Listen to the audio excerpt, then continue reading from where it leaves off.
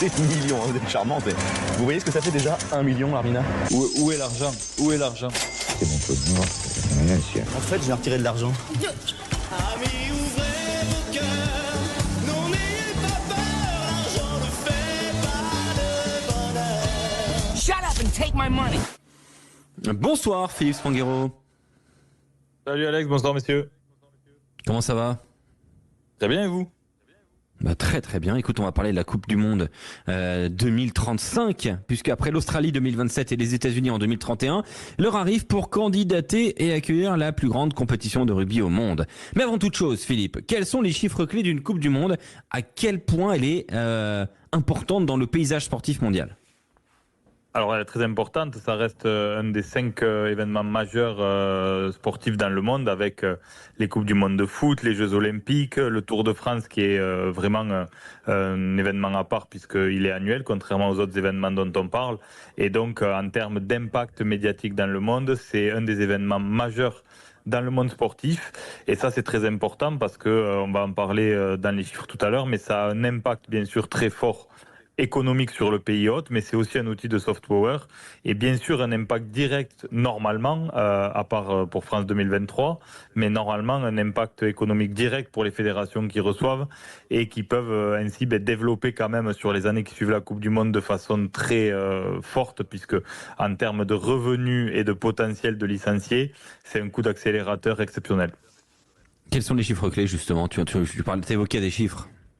Si on regarde un peu ce qui s'est passé sur les dernières éditions, alors France 2023 notamment, c'est 1,8 milliard de dépenses sur le territoire de la part des spectateurs. Beaucoup de visiteurs étrangers, 600 000 recensés en France en 2023 et ce sera certainement encore plus important en 2027 en Australie et en 2031 aux États-Unis puisque les pays sont quand même attractifs. Et puis sur ces 600 000 visiteurs qu'on a eu en France, 70% étaient des Européens donc qui aiment voyager aussi loin de leur base. En termes de spectateurs, ça a été aussi un succès assez colossal, 2,4 millions de spectateurs dans les stades pour 350 millions d'euros de recettes de billetterie. Alors en règle générale, c'est entre 50 et 60 millions de bénéfices attendus pour la fédération hôte.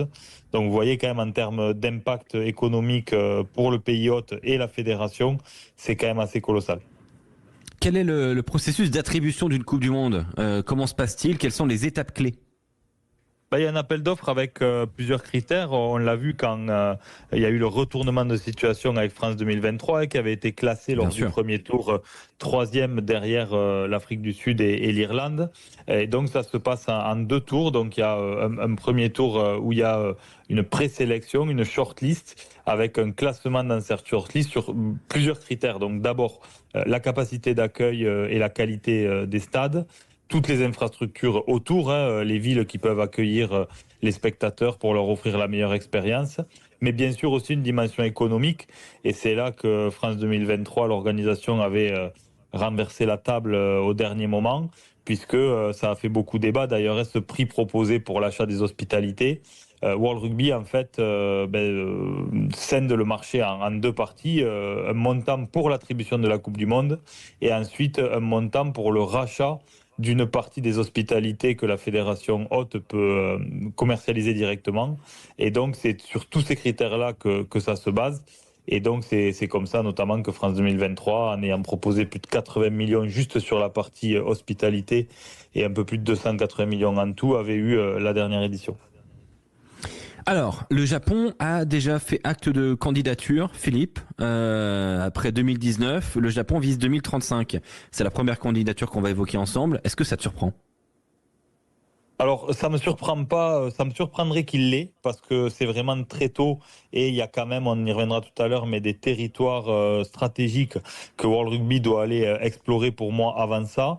Mais ça me surprend pas du tout, parce que 2019, là on a parlé de l'économie de France 2023, et les chiffres du Japon 2019 étaient hyper importants pour le pays. Ça avait été une très belle opération pour le Japon en termes d'image, de visibilité, d'événements populaires, puisqu'en plus on se souvient que l'équipe nationale avait performé et ça avait été une vraie fierté locale.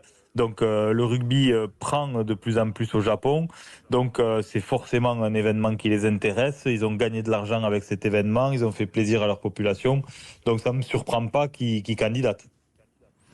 On sait que l'Espagne et l'Italie seraient des potentiels candidats avant qu'on évoque les autres destinations. Si je me trompe pas, Philippe, depuis la première Coupe du Monde en 87, une Coupe du Monde on va dire une Coupe du Monde sur 3 a toujours été en Europe, puisque 91 en Angleterre, 95 Afrique du Sud, 99 Australie, 99 Angleterre, 2003 Australie, 2007 France Pays de Galles, 2011 Nouvelle-Zélande, 2015 Angleterre, 2019 Japon, 2023 Paris, évidemment la France, et puis là on va en avoir 2 en dehors de l'Europe. Donc on se dit par automatisme que l'Europe va être sollicitée. L'Europe va être sollicitée en fonction des pays qui y répondront. Et ça va être intéressant. Parce qu'un des enjeux de World Rugby aussi, quand même, dans la décision, c'est de donner la compétition à un pays qui a une équipe qui y participe. Qui y participe, qui a une vraie culture quand même locale, malgré tout. Le socle est très important. Parce qu'encore une fois, je le répète, mais dans les critères d'attribution, les sommes demandées sont tellement importantes qu'il faut quand même une fédération solide. Parce que bien sûr, c'est une co-réponse entre une fédération et son gouvernement. Mais il faut quand même des fédérations solides. C'est pour ça que on parle bien sûr là potentiellement de l'Espagne ou d'autres pays en Europe.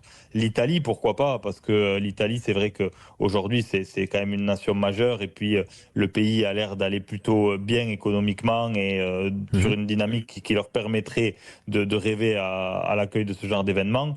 Mais ce qui peut leur faire défaut, malheureusement, c'est qu'il y a eu les États-Unis. Il y aura les États-Unis en 2031, mais il y a quand même un territoire fort, c'est l'Amérique du Sud. Et oui, parlons de ce continent qui n'a jamais eu de Coupe du Monde dans son histoire. Quelles sont les chances et quel pays serait concerné? Plusieurs? Typiquement, là, pour moi, l'Argentine, en tant que locomotive, après peut-être à partager en d'autres pays, mais là, encore une fois... Une Coupe du Monde en Argentine, j'achète. Coupe du Monde en Argentine, ce serait incroyable. Et puis, honnêtement, ça fait partie des grands pays du rugby qui mériteraient de l'accueillir. Là aussi, il y a des vrais sujets d'infrastructure de stade, etc. Mais moi, je trouve que là aussi, ça va être compliqué pour moi parce que même si c'est l'Amérique du Sud, ça reste le continent américain. Donc, d'un point de vue politique, de l'affichage, etc., ça peut paraître compliqué. Par contre, là, ce que j'attends quand même impatiemment, c'est de voir comment les Émirats arabes vont se positionner. Parce que... on va l'évoquer, oui. Ouais. Si tu veux qu'on l'évoque, il y a Allons-y. Dans les Émirats arabes unis... Arabie Saoudite, Qatar, est-ce qu'il peut y avoir une candidature de ces pays-là?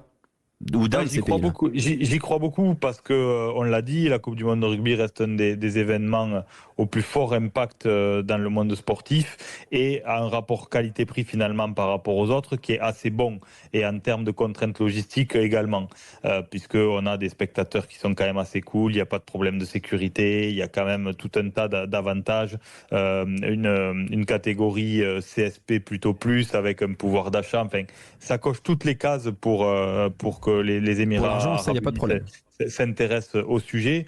Mais au-delà de ça, quand je reviens à l'outil de soft power, on parle de moins de 300 millions pour acquérir une Coupe du Monde. Il faut des fédérations stables aussi de rugby dans ces pays-là. Et pour l'instant, on n'en entend pas parler. Non, mais ça fait quand même partie des territoires où il peut y avoir une exception, puisque encore une fois, ils ont besoin d'aucune fédération pour porter ce type d'événement, et peut-être qu'ils peuvent quelques années auparavant... J'entends bien, mais tu vois, au handball, le Qatar a construit une équipe pour organiser des événements. Au basket, maintenant, il y a une équipe qui vient aussi de ces pays-là en Euroleague. Tu vois, ils essayent de mettre des pièces petit à petit. Mais en rugby, pour l'instant, à part le Sevens, qui est d'ailleurs une magnifique étape à Dubaï, aux Émirats arabes unis, il n'y a pas de grand événement de rugby majeur, quoi. Non, il n'y en a aucun. Ni de grande équipe. Si ce n'est que, avec des moyens comme ils les ont, ils peuvent aller très vite. Alors, très vite, pour aller où, encore une fois, ça c'est un débat. Mais par contre, si ils candidataient et qu'ils avaient cette compétition, en 7 ou 8 ans, de toute façon, ils fonctionnent que par naturalisation. Donc, ils peuvent avoir une équipe qui tienne plus ou moins la route. J'ai l'impression que ça, c'est pas leur priorité. Ils essaient d'avoir une vision globale et puis ensuite, ils organisent les choses. Ils partent pas de la base, en fait. Ils réfléchissent quelques quelque part un peu à l'envers par rapport à nous. Mais ça fait partie des territoires pour moi, au-delà de cette question vraiment de l'équipe et de la place du rugby sur ce territoire, qu'il faut regarder de près parce qu'encore une fois, le rapport qualité-prix pour eux, en termes de soft power, il sera bon. Donc voilà un peu ce qui peut se dessiner. Mais en tous les cas, on a hâte parce que là, on peut quand même réussir maintenant à se projeter loin. 2027, on sait. 2031, on sait. World Rugby décide. Mais j'ai un dernier pays, moi, pour toi. C'est quoi? L'Afrique du Sud, pour fêter les 40 ans de 95. L'Afrique du Sud, pareil. C'est vrai que le continent africain est un double champion du monde. Double champion du monde en titre. C'est un enjeu stratégique en termes de développement pour le World Rugby, c'est clair. Donc c'est vrai que ça fait partie des pays, en plus, qui l'ont quand même loupé de pas grand-chose sur l'édition 2023, on en a parlé au début. Donc c'est vrai que l'Afrique du Sud, en effet, est un candidat sérieux. Est-ce que le pays aura les moyens, voudra politiquement, parce qu'il y a aussi un enjeu politique assez fort, parce que, je le répète, mais il faut une co-organisation fédé-gouvernement, il faut des garanties quand même assez fortes. C'est un événement en termes de coûts sur les finances publiques qui est élevé, puisque même si on a parlé des recettes et des retombées tout à l'heure, en fonction de l'état de vos infrastructures sportives et pour répondre au cahier des charges de World Rugby, il y a quand même des moyens très importants à mettre en œuvre. Et après se pose la question souvent dans certains pays de qu'est-ce qu'on fait de ces stades-là une fois que la compétition est passée. Et donc il faut faire attention à ça aussi. Donc c'est vrai que l'Afrique du Sud, pourquoi pas, mais dans la dynamique économique du pays, si on parlait de l'Argentine tout à l'heure qui allait très mal et qui a l'air d'aller mieux, il y a ça aussi à prendre en compte. Après, on sait que c'est aussi une histoire d'alliance et que les Sud-Africains, ils pourraient récupérer le vote de la Nouvelle-Zélande dans l'histoire s'ils continuent à avoir des relations aussi privilégiées. Petit tour de table, enfin grand tour de table, parce qu'on est dans toute la France. Tout le monde, on ouvre tous les micros. Vous nous dites, parmi tous les noms, parmi tous les pays que l'on a évoqués, le pays, si vous êtes dans le comité d'organisation, à quel pays vous attribuez cette Coupe du Monde 2035? Juste le pays, on ne développe pas, on n'a pas le temps évidemment. Pierre Amiche. Argentine. Pierre Amiche à Grenoble vote pour l'Argentine. Rémi Mességuet. Italie pour Rémi Mességuet à Colomiers. Quentin Cabanis. Moi je vais aller sur l'Italie aussi. L'Italie aussi. Cyprien Bétou. Pour équilibrer, je vais sur l'Argentine pour la ferveur. Comme ça c'est Marius qui décide. François. Moi je reste sur le Japon. Le Japon pour Marius. Une deuxième fois. Philippe Spanghero.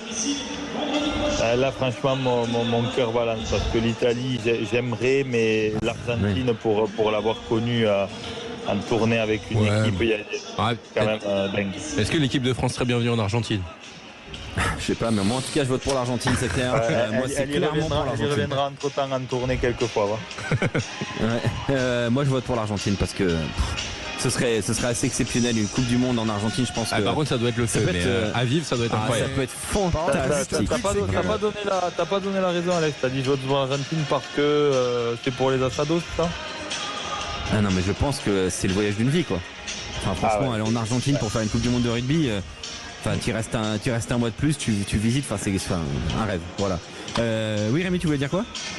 Oui, je voulais dire qu'en Argentine, vous parlez de ferveur, mais elle est surtout autour du foot. Au rugby, oui, le rugby, mais c'est un sport de niche en Argentine. C'est un sport qui se développe, mais c'est un sport de niche. Sur une Coupe du Monde, tu dois avoir des ambiances quand même folles. Oui, moi je demande à voir. Je pense que les Argentins, ils se tiendront toujours le championnat le maillot. de football a lieu en même temps, il n'y aura personne au stade. Je vous le dis. Ouais, c'est vrai. Voilà. Alors qu'en Italie, le rugby monte quand même très très fort. Alors, on voit que la sélection italienne remplit le Juventus Stadium, tout ça. Donc je pense qu'il y a quand même plus de ferveur en Italie autour du rugby qu'en Argentine. De toute façon, on va donner nos réponses à World Rugby et je ne doute pas qu'ils en tiennent compte. Ils feront en fonction, évidemment. Merci beaucoup Philippe. On te retrouve samedi et dimanche pour être au cœur de la mêlée avec toute l'équipe. Salut. Salut messieurs.